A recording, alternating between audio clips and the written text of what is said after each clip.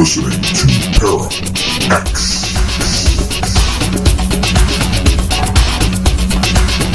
The views expressed and the opinions given by the individual host and their guests do not necessarily reflect those of Para-X, its affiliates, or its sponsors.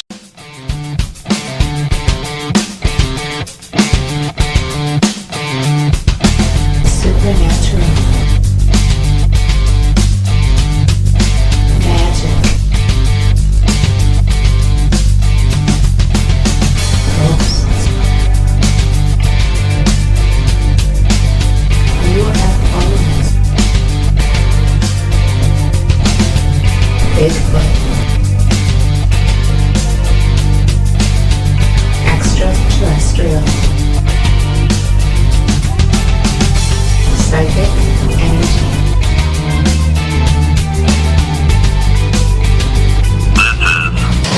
The calling. Smell like smoke. Pew.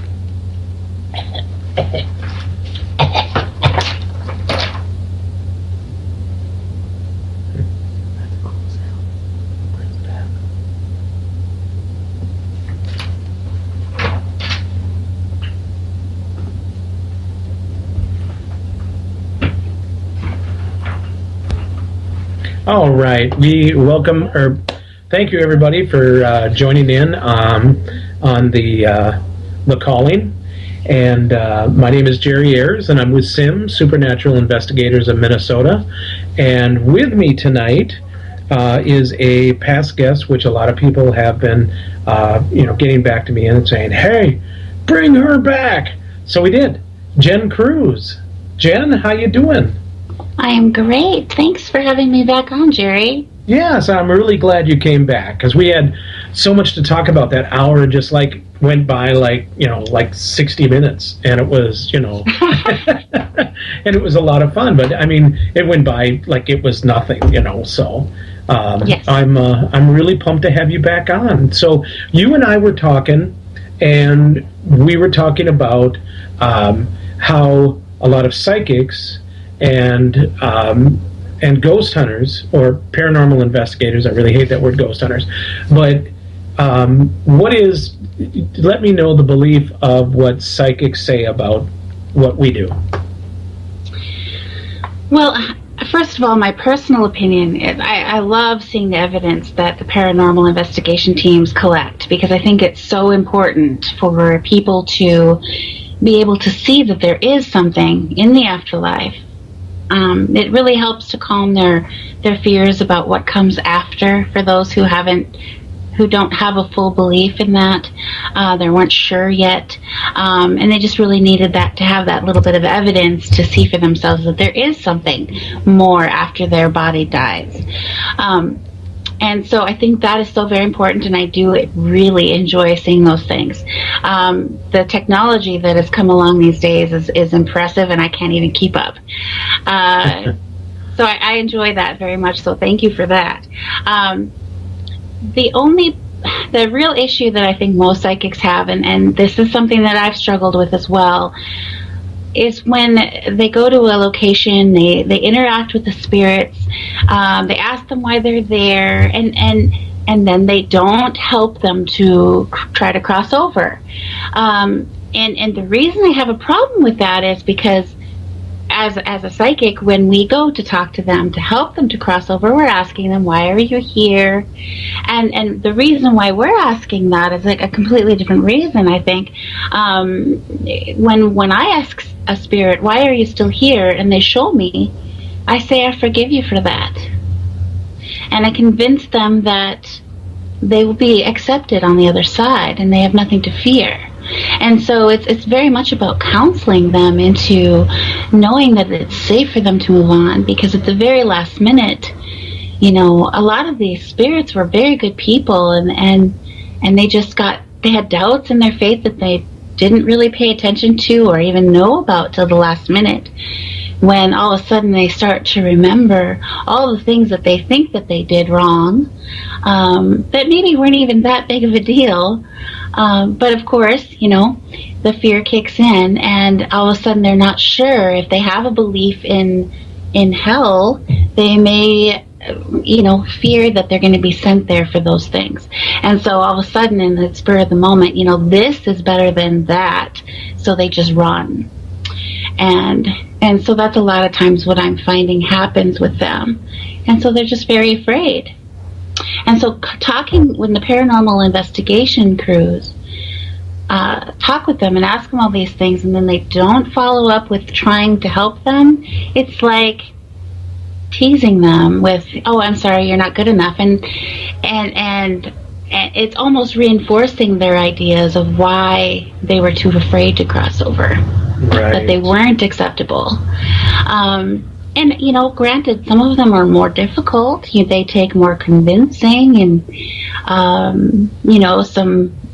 some really good conversation going on there, but I haven't been able to. There hasn't been a spirit I couldn't cross over yet. So it's just an approach. So I think it's almost mean to stir them up and interact with them, because they're automatically assuming you're going to help me.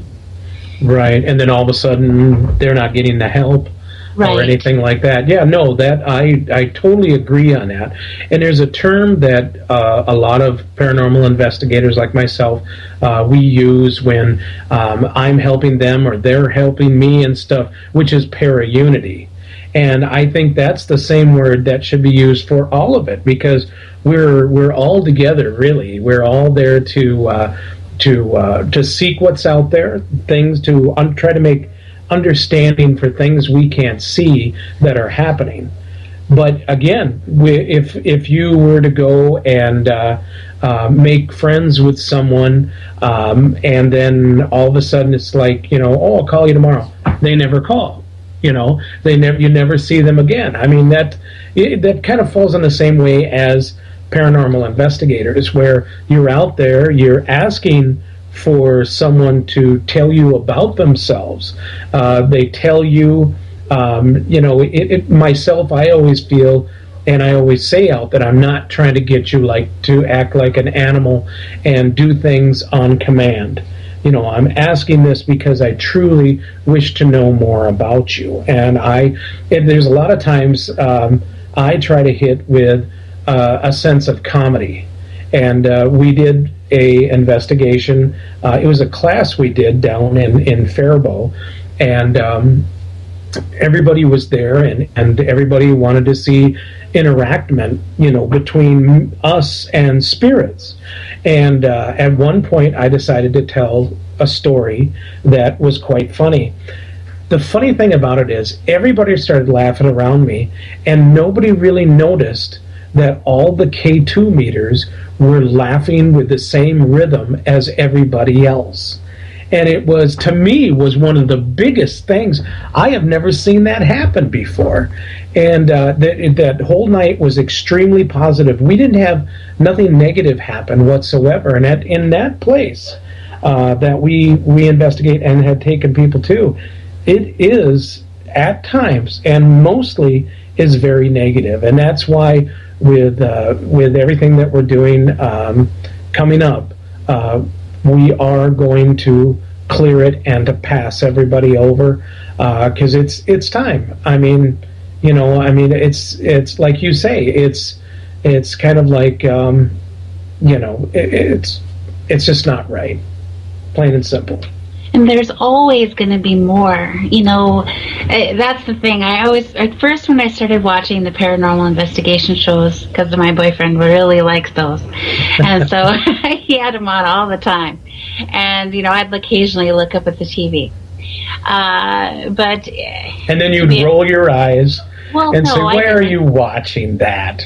No, I didn't roll my eyes. I really am impressed with all the different technical gadgets you all come up with. I really am impressed with that. It's pretty cool. I mean, they've we can never stay up on what's somebody's invented now and it actually working. So yes, and it's really made my job easier when I'm talking with people about spiritual things, and they're like, "Oh, I don't believe in any of that." I'm like, "Really? With all the evidence that's out there, you can't hardly not believe in it if you watch one of those shows." Right. So and I encourage people to watch them. So I really do think it's a beneficial thing for many people. It's very healing for the audience of people who need to see that evidence of an afterlife. Right. So thank you for that. That's really helped out.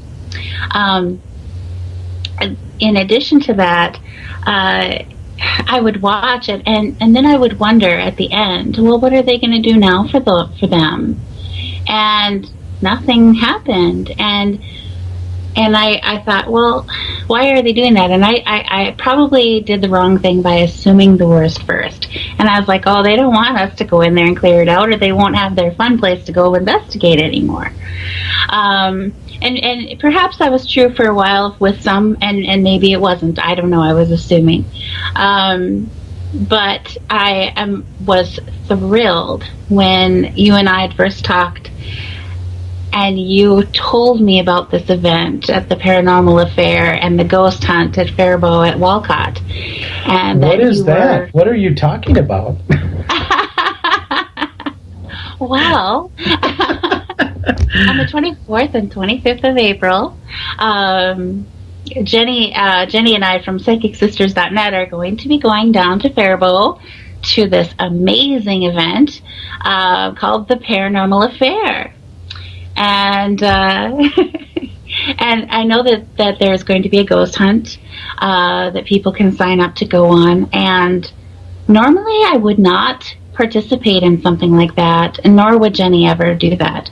But because you've made it very clear that after the ghost hunt's over, that you wanted to cross over the spirits and help them as much as you can, and you asked for, if we wanted to help out with that, and that gives us, you get all kinds of thumbs up after that. So Good. So but the one thing that I do want you to let me know before it happens is the names. The reason I say that is that we've contacted so many spirits there, and have had, there's one named Emily that she is a doll, and she we talk to her all the time, and when there's three bad ones there that don't allow any of the rest to communicate with us. And it's so weird is that she actually whispers, and what I mean by that, we use a K2, and we'll ask her to whisper, to us, what, like, 1 is yes, 2 is no. If you're very excited about it, make all of them go. And it does happen, but the lights will barely even come on, and that's her whispering. And I know it's the strangest thing I've ever seen, and we have it on video, we have it on audio, we have, all sorts of evidence on that. So I just can't wait. I'll be showing you guys that too, especially on Friday night. Now, are you getting there Friday night, or are you coming on Saturday? Jenny and I were just discussing that last night, and we've decided to come in on Friday so that we can meet all of you ahead of time. Excellent. Yes. Excellent. Yes, and hang out with all of our new friends. There you go. Us famous people. Yeah. Oh yeah. No, just out of curiosity, your beau, what's his favorite show? He likes the Ghost Adventures. I think really? His favorite, and I think that's because they were the first one that he noticed, and he liked the different gadgets that they had. And the show that he'd first watched was Estes Park in Colorado, which is, his mom had just passed away, and that was one of the places he had gone with her. So he just connected with that really hard. So I think that's why he really latched onto that show. But he has those on all the time. I mean, it's nonstop. So when Jenny and I were coming back from Mankato from an event, we were going to be driving through Sauk Center, and I'm like, I think there's a location here. So I had to get a hold of him and say, where was that place in Sauk Center? The Palmer House. Very Yes, good. Very yes. good. Yeah, there's a lot of different stories coming from the Palmer House on different things happening, which is pretty cool. Pretty cool. Mhm. Yeah. Yes. Awesome. And you know, I think that location is always going to be active, no matter what anyone does. Right. Because what I picked up on it just in the short time I was there having lunch, and I did not get a tour of the place. I sat in the restaurant and in the bar, and that was about it. I saw the bathroom. So, you know, just in the very short time that we were there for lunch, you know, we had a lot of activity. I was constantly being touched. They were very, very, very playful, very friendly spirits there. But I immediately started picking up on the reason why it was like that is it's ancient, you know, and it was connected to the name Sauk Center. And so I quickly looked up to see what the original meaning of that was. And, you know, if I wasn't part Native American and familiar with some of those things, I don't think I would have understood what that meant. But Sauk means people on the other side of the shore. Oh, really? Yes. I never knew that. Yes, and so it's like an Ojibwe word. It's an Algonquin dialect, and Ojibwe is an Algonquin dialect. So it actually means people from the other side of the shore. And if you've ever been to like Wisconsin, when the natives do any of their ceremonies, they'll do one where they're calling to each other from across each river. And I think I've even heard you say about crossing over to the other side or the other shore. Yep. So we know what that means is referring to the other side of the veil, or crossing over into the spirit world. Exactly. So I think that location will always be that way. I don't think that there's something that we could do to make that different. But if there were spirits there that were struggling, you know, we could help them. But I think that location will always be active. And I also suspect that there was probably some type of a effigy mound there that was identifying that location prior to there being buildings there. Okay. Wow. So, yeah, it's so much in that area is just unbelievable. So I think you're right. There's always going to be something going on there. Let's see. Let's talk about lost spirits. Okay, lost spirits that look, for instance, okay, I'm going to give you for instance. Tell me if this happens quite a bit. We did an investigation at a very well-known resort in northern Minnesota, and after that investigation, we didn't give them their evidence. We had a little problem with what was going on with the place. But anyway, a year and a half later, we're finally given the evidence. Okay, now, I went to the bar, myself, Bobby Sullivan, and a friend of mine, and we all got liquored up really big, okay? Usually, I know this is going to sound weird, but the more inebriated I am, and the more I try to read a person's signature, say like Jen, that would say I don't even know you. I've never seen you before in your entire life. And you write down a fictitious name that I'll be able to tell you about yourself and what your real name is. Just your first name. Okay? But anyway, that night I went to sleep, and my buddy Sharon was in the bed next to mine, and we had cameras going because this is a very well-known place that's haunted. In the middle of the night, all of a sudden, I heard this girl's voice right next to me, and it scared me. And I got up real quick and everything, and my buddy's like, "What the hell's the matter with you?" You know, he's just, you know, I scared him, obviously. And he's like, "Why is it so cold in here?" And when we took a look, it was like 42 degrees in that room. Way too cold. So anyway, a little later on, he went back to sleep. I'm sitting there, and I finally doze off, and then this girl comes back again, and she says, "Can I talk to you?" And I said, "Can I turn and look at you?" And she said, "Yes." So I looked over at her, and she was about 13, 14, 15 years old. She had reddish hair. She's a little chubby. And she says, "I need your help." And I said, "Well, what's going on?" She said, "I died."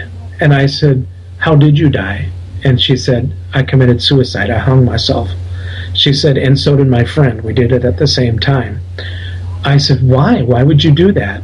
And she said they were being bullied at a school, and that I need to get a message to a family member by the name of Mark, and you have to let him know that it's not his fault whatsoever.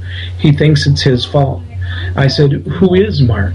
She said, he's my uncle, but it's like we're brother and sister. And I said, okay, I'm trying to figure out, when did this happen? She said 3 months ago. There was more of the conversation to that. My buddy actually said he woke up and he looked over and he seen me sitting up in bed. It was like I was talking to somebody, and I was. We had it on audio and video, but the weird thing was is that we had 3 cameras going, and each one of the cameras pooped out just a little bit after the other one. So anyway, I told Bobby Sullivan about it. He was with us at this event, and he said, did you try to look it up on the internet? And so I put in there, two girls commit suicide at the same time in Minnesota, and I found them.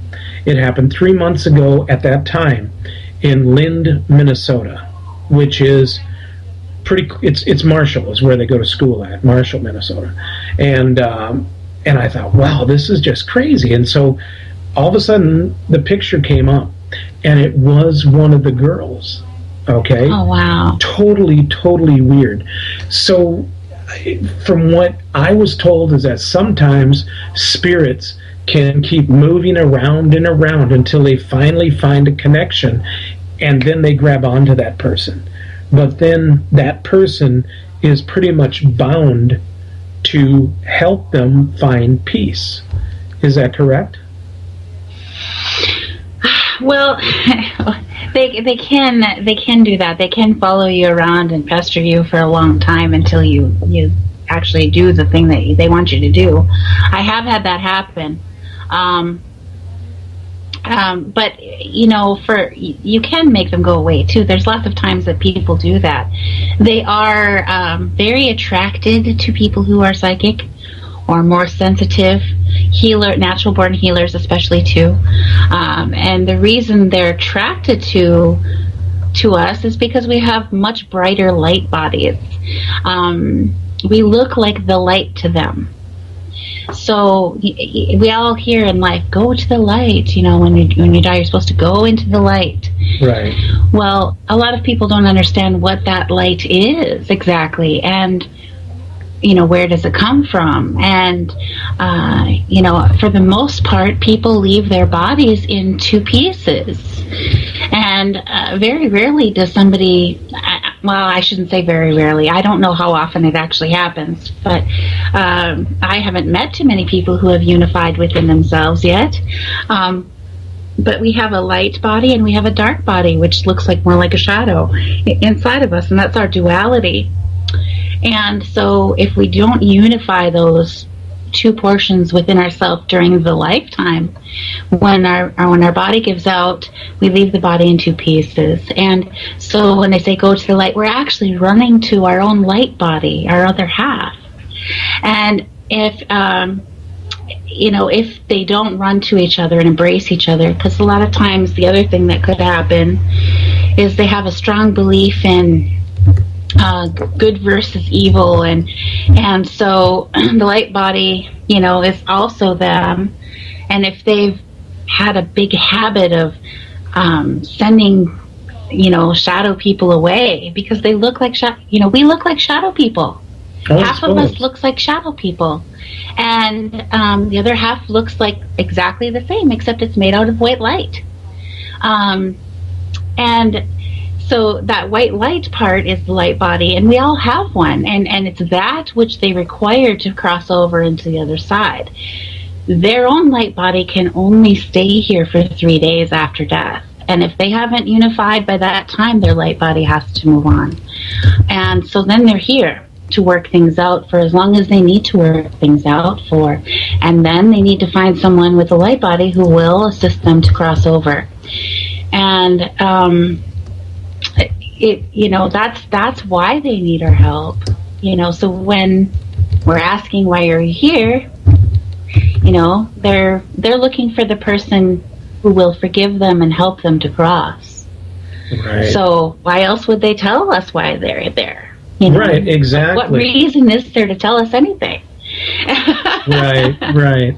Well, it's weird is that, so I actually called her uncle in Indiana. I found him through YouTube, and told him why I was calling and stuff. And I told him, I said, I'm not looking for anything whatsoever. I said, I'm just telling you what had happened for me.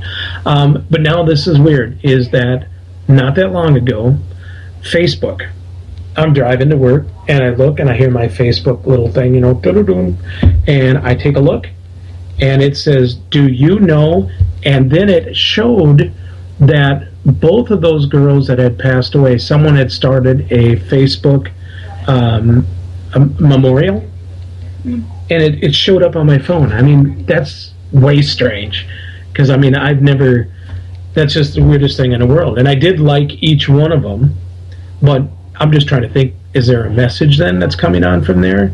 So I don't know if I need to get wasted to figure it out. No, you don't. Good one. That's a good excuse. If you want to go with that, Jerry. No, I don't drink. Not anymore. Not from that last time. I would say, spirits very much, they do affect our electronics. And I have received messages through my cell phone many times. They've even changed the text message that I sent. It shows what I sent, and that's unchanged, but what the person received was changed to say something else in part of it. You know how I send really long messages, Jerry, right? No way. It's like a novel, you guys. If anybody knows Jen, you know what I'm talking about. I just have a lot to say. You do, and it's great. It's awesome. I always feel good when I see your text messages after it takes me 15 minutes to read it while I'm driving down the road, which you're not supposed to do. But anyway, go ahead. I'm sorry. But part of it would be changed. And it's so interesting to see that message on somebody else's phone as it came into them, that it's not the same. And I'm holding my phone showing what I sent. Here's what I sent. And it's saying something different in a portion of it, which is just amazing to me. And this happened quite a few times, actually. And we knew who was doing it, and it was a beautiful message. It felt very touching to receive that. But I know for a fact that sometimes they bring things up on your phone or on your computer to show you, hey, here I am. Thank you so much. I just wanted to let you know I'm still here. That doesn't always mean that they have not crossed over. Right. Because spirits cross over and come back. Oh, yes. They can come back and help us and try to give us information and be there for us, to support us. So I would just take that as a thank you. Thank you very much, Jerry. That's what I would.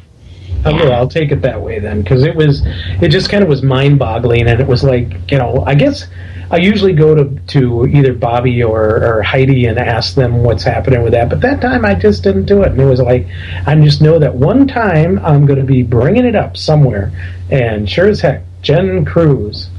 There you are. Well, listen, we're going to go on break real quick, guys, and we will be back in 2 minutes. Millions of people are affected by the Para-X bug. I realize that it is something that will stay with me for the rest of my life and long into the afterlife as well. If you have the Para-X bug, there is hope. With a nightly visit to the Para-X website and intensive past life regression therapy, I can control it. Even with the Para-X bug, I can still lead an active life of radio show hosting, paranormal investigating, evidence checking, attending conferences, book writing, keeping up with the latest technology, and still keep my 40-hour-a-week day job.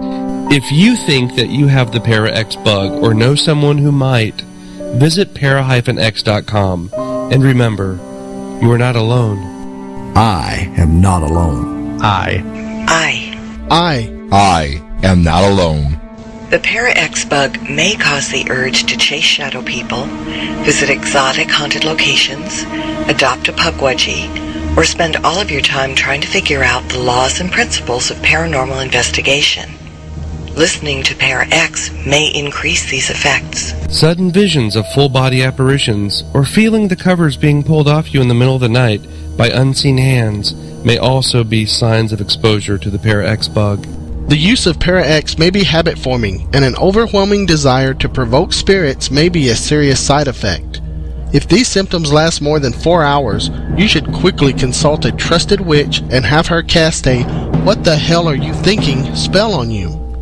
If symptoms persist, please contact the Para-X Radio Network Homeland Security Team for further instructions. The Para-X bug may cause urges for late-night speaking with spirits and ghosts. Listening to Para-X may increase these effects. Overwhelming desire to try provoking a spirit may be a serious side effect. Those with Para-X bug effects lasting more than 4 hours should consult Para-X or see a professional. Sudden outbursts at the mention of orbs may be a sign of exposure to the Para-X bug. Use of Para-X may be habit-forming. Use caution when engaging in Para-X chat. Your source for everything paranormal, Para-X. Whether you're listening at home, at work, or anywhere, thanks for making Para-X part of your day. Your source for everything paranormal, Para-X. And we're back. My name is Jerry Ayers with SIM, and this is The Calling. And with us tonight, we have Jen Kruse of the PsychicSisters.net, N-E-T, not N-E-C-K. Don't look for that one. It's not going to be there. Jen, you with us still? I'm still here, Jerry. Awesome. Okay, so this, I don't know if you guys have been, joining in with us and everything, but we've been going through some really awesome stuff talking about crossing spirits over, why spirits contact us, and just all sorts of really cool things. Now, Jen, being stranded. Tell me. Okay, so if they're light and I call them light and dark bodies. If their light and dark body have not embraced each other, after 3 days, the light body has to move on, and the dark body stays behind. And I'm not Catholic, nor was I ever Catholic, but I got curious about this Catholic term called purgatory. And so I started to look into what is purgatory, and I asked a lot of different Catholic people to tell me what they think purgatory is. And in the end, I went and spoke with a retired Catholic priest, and he was very, very gracious to answer my questions and visit with me about those things. And he did confirm that, yes, I was correct, that what the Catholics call purgatory is actually just what we would call lost spirits here on earth, that the ones that you are actually interacting with when you're doing your paranormal investigations. They are in what the Catholics have always called purgatory, and that is the place between here and the real afterlife. And they're just there processing the things that they need to process before they can move on. What kinds of things are they processing? Well, any kind of fear, anger, regret, guilt, unforgiveness, especially of self and other people. All those things, you can't take them with you. You have to leave them here before you can go. And so, yeah, you can't take it with you, and I'm not talking about the money. Right. So they have to work through those things and be willing to let them go before they're really ready to move on. And then they need to have a light body who will be willing to help them cross over. Got you. Now, what do you and I keep forgetting your partner's name, Jenny, right? Yes. Yeah, Jen and Jenny. Yeah, duh. What do you guys consider yourselves as? You guys are Christians, right? Yes, we are Christian psychic mediums, which a lot of people say is a contradiction in terms, but I don't think that it is. Much of the Bible was written by prophets, and what are prophets? Really? They're psychics. True. So it's just a different terminology, and you know, when you understand that what a person believes in, and I believe in a higher power, and I believe that Jesus was here to help us. I believe in all of those things, and I believe in angels. I know that they exist, and there's just so many wonderful beings in the higher dimensions that are always trying to help us. And I think that people react negatively sometimes because they're just in fear about it. It's something they don't understand. They assume it's something different than what they believe in, and it may not be at all. And so it is very I'm sorry, I was looking at the chat. Not a problem. So am I. It's nice for people to understand that there is someone to talk to who shares their belief, and so they can trust the information that comes through. We do all kinds of prayers, making sure that we're receiving information directly from where we're asking it for, and that, you know, we're asking for that protection all the time, that the angels stand guard and only let the good things come through that need to come through to us. So, you know, people can feel rest assured about that. Right. So now, curiosity. Now, somebody had just messaged me and they asked me, so the belief in the Great Mystery or the Creator is all still the same as God, correct? Absolutely. Actually, you know, I'm part Native American, as you know. Mm-hmm. You know, I'm a really good example of America being the melting pot. I think I'm everything. So, and I've embraced all portions of who I am. But when I looked at Native American spirituality, because I was really always drawn to nature, and I felt like I didn't fit in because I was so connected to nature. And so when I had the opportunity to really connect more with my native roots, I wanted to explore that because I thought maybe they're more connected like that. Maybe that's where I feel like I fit in a little bit better because of that. So I actually looked at Native spirituality, and it was so hard for me to understand at first. And when I would look at, I found an Ojibwe Bible, so it had been translated into Ojibwe, and some of the words I understood, like Gichimanadu is the Great Spirit, and they had used that in place of the Holy Spirit in the Bible. And so when I started to understand what does Gichimanadu mean, I understood what the Holy Spirit meant a little bit better, because that always seemed off to me. Like when I was a kid, they called it the Holy Ghost, and I imagined this ghost following me around everywhere, and it's kind of scary to me from as a little kid standpoint. And so I was never really comfortable with that because of that first impression type of thing. But as an adult looking at that, and I came to understand that Gichimanadu, or the Great Spirit, is more like the great interconnection of all things that are and ever were, that everything is connected.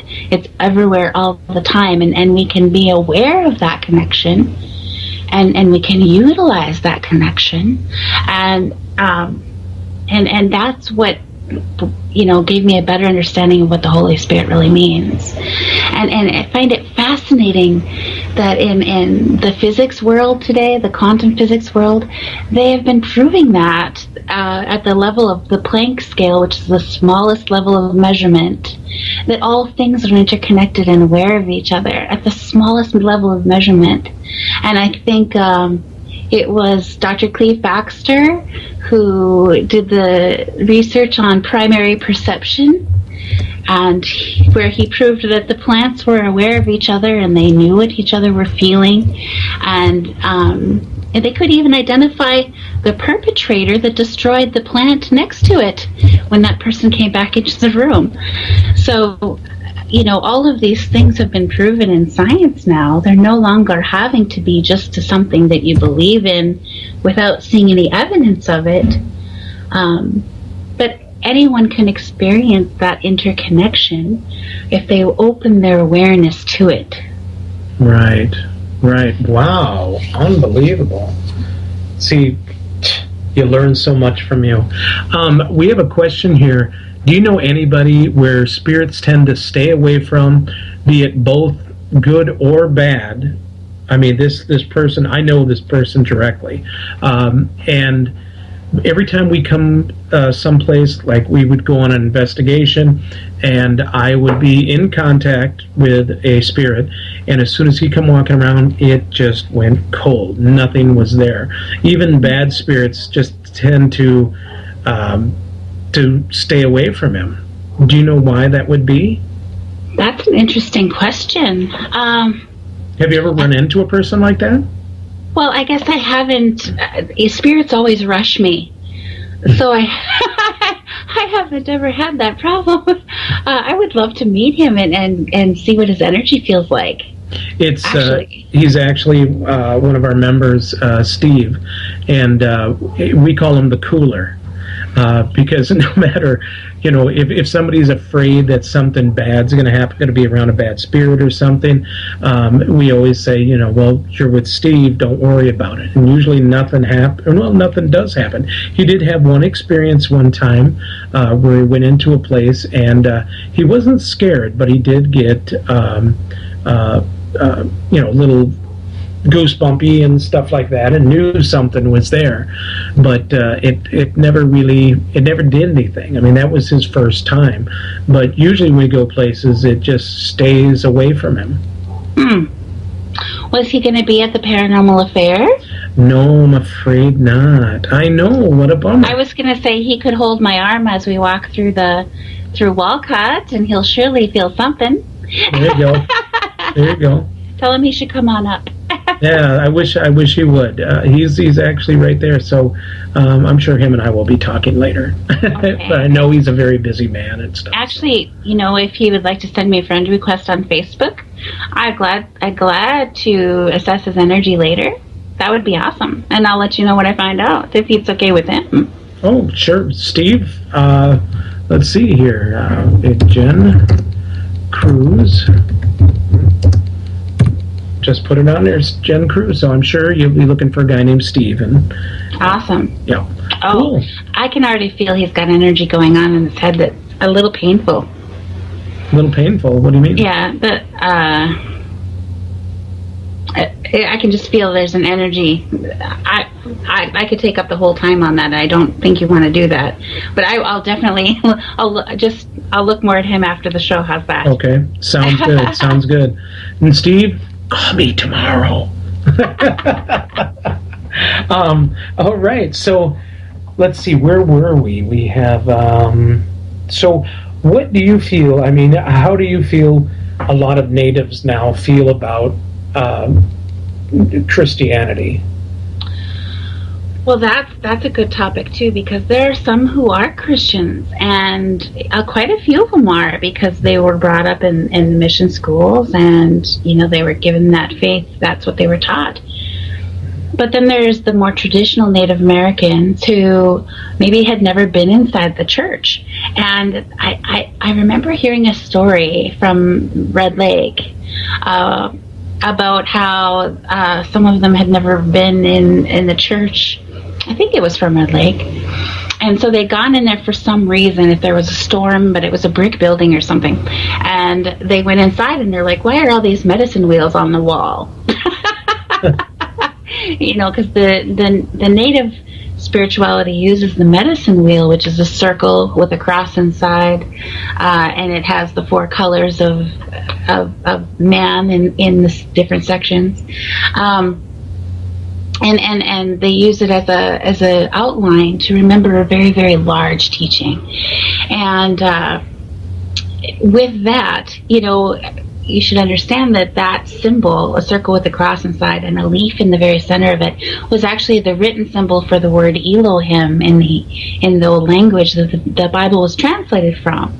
And Elohim was the word translated as God in the first 5 books of the Bible. So it was, the medicine wheel has been connected, that symbol of circle with a cross inside has been connected to the Creator in every culture and all across the globe. And people have forgotten that it just sounds different. The culture's changed. The language changes very quickly. If anybody's ever heard anyone speaking Old English, it doesn't sound like English. You can't understand it at all. Daughter is da. So language changes very quickly, and we come to understand that when we look to see how people don't understand how these used to be the same belief system long ago, and you can see the evidence of that in the symbols, because the symbols hardly ever change. Gotcha. Wow. What, out of curiosity now, Steve had another question. Have you ever heard of a medicine woman? Yes. Okay. Is it... what's the difference between a medicine woman, medicine man? What's the strength, power, Well, I'm Anishinaabe, same as you, and our tribe from the lake, the Ojibwe, or otherwise known, people call us the Chippewa. Our tribe was matrial, and that meant led by women were the primary leaders. And what my native elder told me, Larry Stillday Sr., he was the leader of the Medewan up in Panema on the Red Lake Indian Reservation.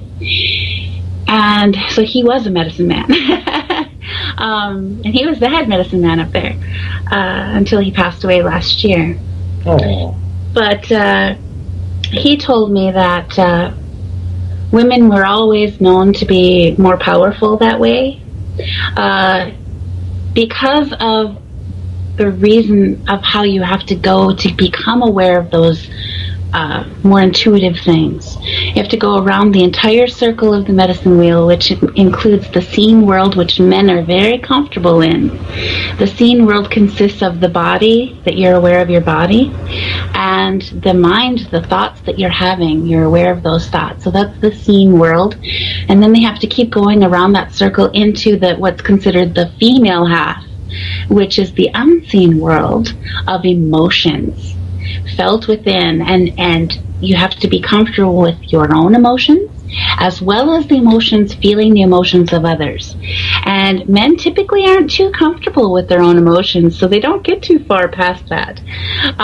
But women are very, very comfortable in the unseen world. We can be in our emotions all day, it's no problem. And once you get past that space of emotion, you get into what we call spirit, the quadrant that we call spirit. And that is an awareness of our interconnection of all things.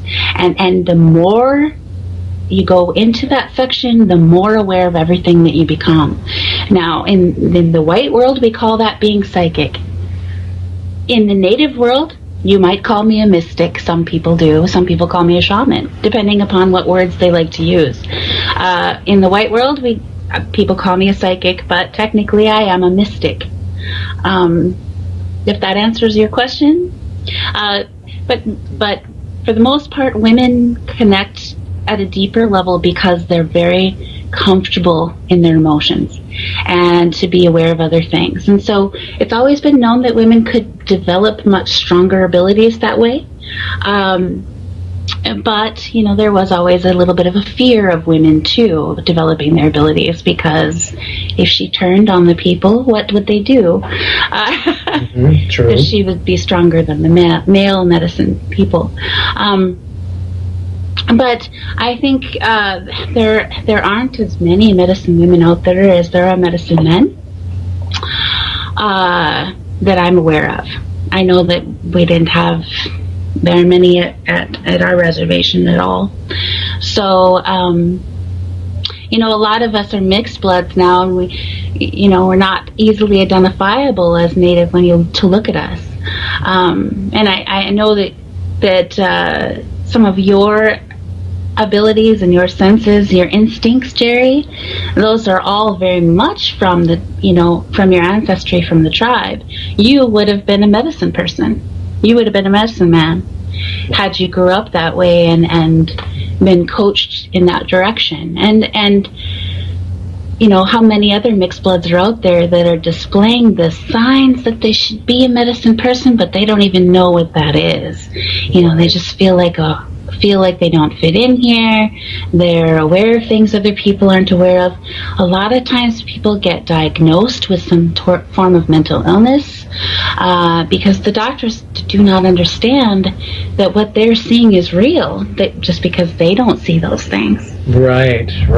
It's so true that you were saying when you were talking about the medicine woman and that women are more comfortable in the dark compared to the light that men are.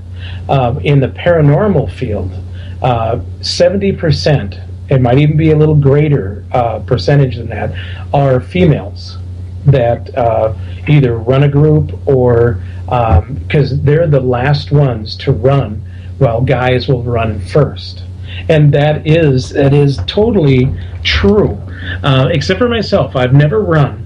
I'm probably stupid that way, because there was a couple times that I should have walked away and just gotten out of certain situations, but my whole thinking process of that was not really thinking that this was going to hurt me, which it did, was more of, I want to know what happens next. Yes. So I keep that curiosity side going. Okay, we have another question here. PSI question is: has she ever been had any encounters with nature's spirit, fairies, or elementals? Absolutely. Especially up on the reservation, my elder had a healing lodge out in the woods of Panema, the Panema Healing Lodge in Obashing. And there out at the healing lodge, we would have classes sometimes. We had Panema Wellness Day, and there was one time he was speaking, and I happened to notice, and we're outside, I happened to notice at the base of a tree, there's all these little faces at the base of the tree, and they're all just smiling this huge little smile, like, just this happy little, couldn't be more filled with joy and excitement look on their faces, and they're just like frozen at the base of this tree, part of the wood. And I thought, I'd never noticed that it looked like that before. How odd. And so I kept looking at it, and when we went on break, I went over and I started pointing at it, and he said, and I'm like, what do you see there? And he's like, oh, they're helping me. And I said, what is helping you? And he said, well, those are the nature spirits here, the little people. He said, they help me here to help other people. This is where they live. And that's why he chose that location for this healing lodge, was because those good spirits were there. And I had seen them when I drove in there late at night. I was going to stay in my van there because I was getting in really late. And they just started flying into my car, like, hi. And there was even, I crawled in the back of my van to sleep, and all of a sudden there was this wolf like spirit in my car, and it went oh, and when it put its head back down and came up, it was the spirit of a native man with a wolf pelt on his head. And that was just so cool. But of course I've had experiences with water spirits, as you know, and I actually have a video of a water spirit that works with me. A lot of the native medicine, a lot of people don't know this, and they probably just get upset, but oh well. They work with the water spirits. They call them tent shakers sometimes. And I hear that you can even call them out of a snowbank. So. Wow. Those are. Oh, go ahead. I'm sorry. Another time I was actually planting some mushroom spawn that I'd gotten from some morel mushroom spawn, and they like elm trees. So I had an elm tree at the back lot of some property that I have, and I was loosening the soil underneath the tree like the instructions said, but there had been a lot of rocks there that I had to remove first before I could find the soil. And at some point I felt like, is this even good for the tree that I'm continuing to loosen the soil this far? And I stopped because I wasn't sure that this was actually healthy for the tree anymore. So I said out loud, to the nature spirits, I'm trying to plant this mushroom spawn, but I do not wish to hurt anything here, especially this tree. So if I'm not supposed to do this anymore, if this is harmful, please tell me and I will stop. And I waited for a moment and nothing happened, so I just continued to loosen the soil, and all of a sudden I heard this growl in my ear. And I knew instantly that was the nature spirit letting me know to stop, and I thanked him very much for letting me know that. I had asked for that guidance, and I received it in the only way that it knew how to communicate with me at that time. Gotcha. Wow. I'm sorry to do this to you. 4 minutes we got left. We do have a question. Someone wants to know your thoughts on Wendigo. Interested in hearing her thoughts on the Wendigo. There are different... There have been different ideas about the Wendigo. I've heard different things from different people. And some people say that the Wendigo was a spirit that would come if they did any they would become a Wendigo if they cannibalized in times of starving. And I can see how those stories were effective to help people to maintain their humanity.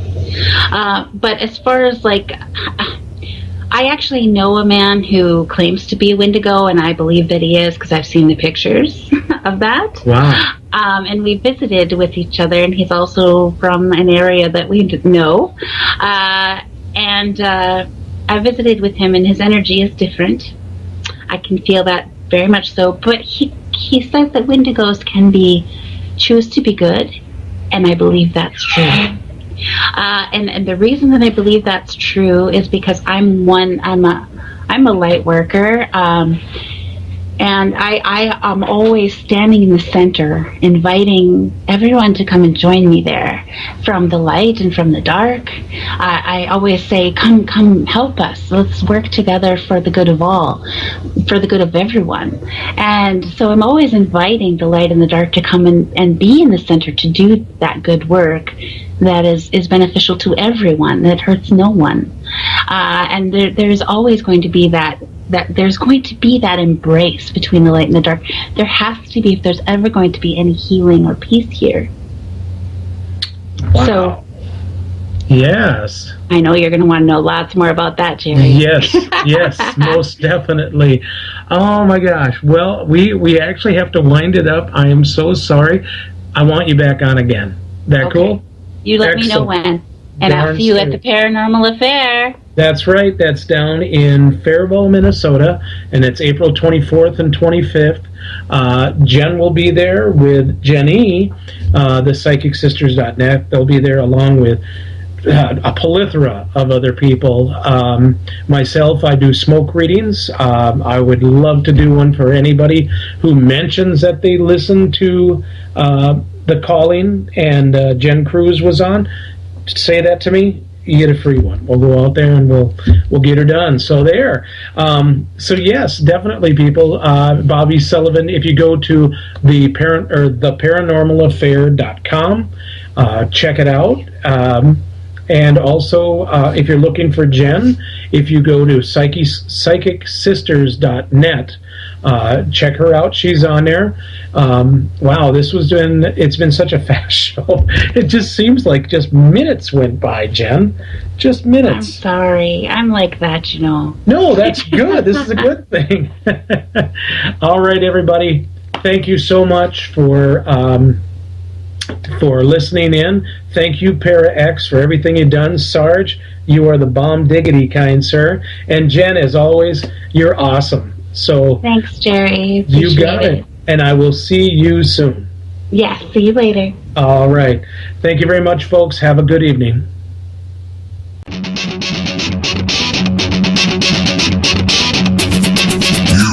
are listening to Para X.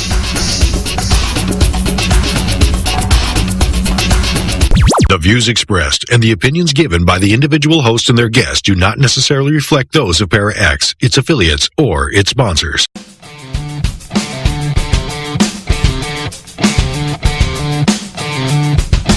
Supernatural.